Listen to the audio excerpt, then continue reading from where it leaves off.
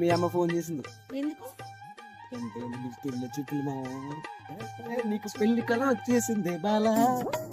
నాకు పెళ్లి చూపులు ఇష్టం లేదురా. ఏ పాపం? అంటే నాకు పెళ్లి ఇష్టం లేదురా. ఏ నేను ఒక్కరిని లవ్ చేశాను. లవ్వా?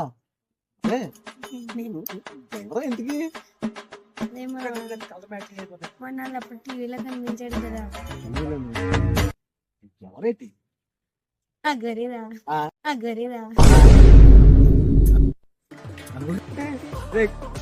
కాయ అదే అడగా అగుడైతే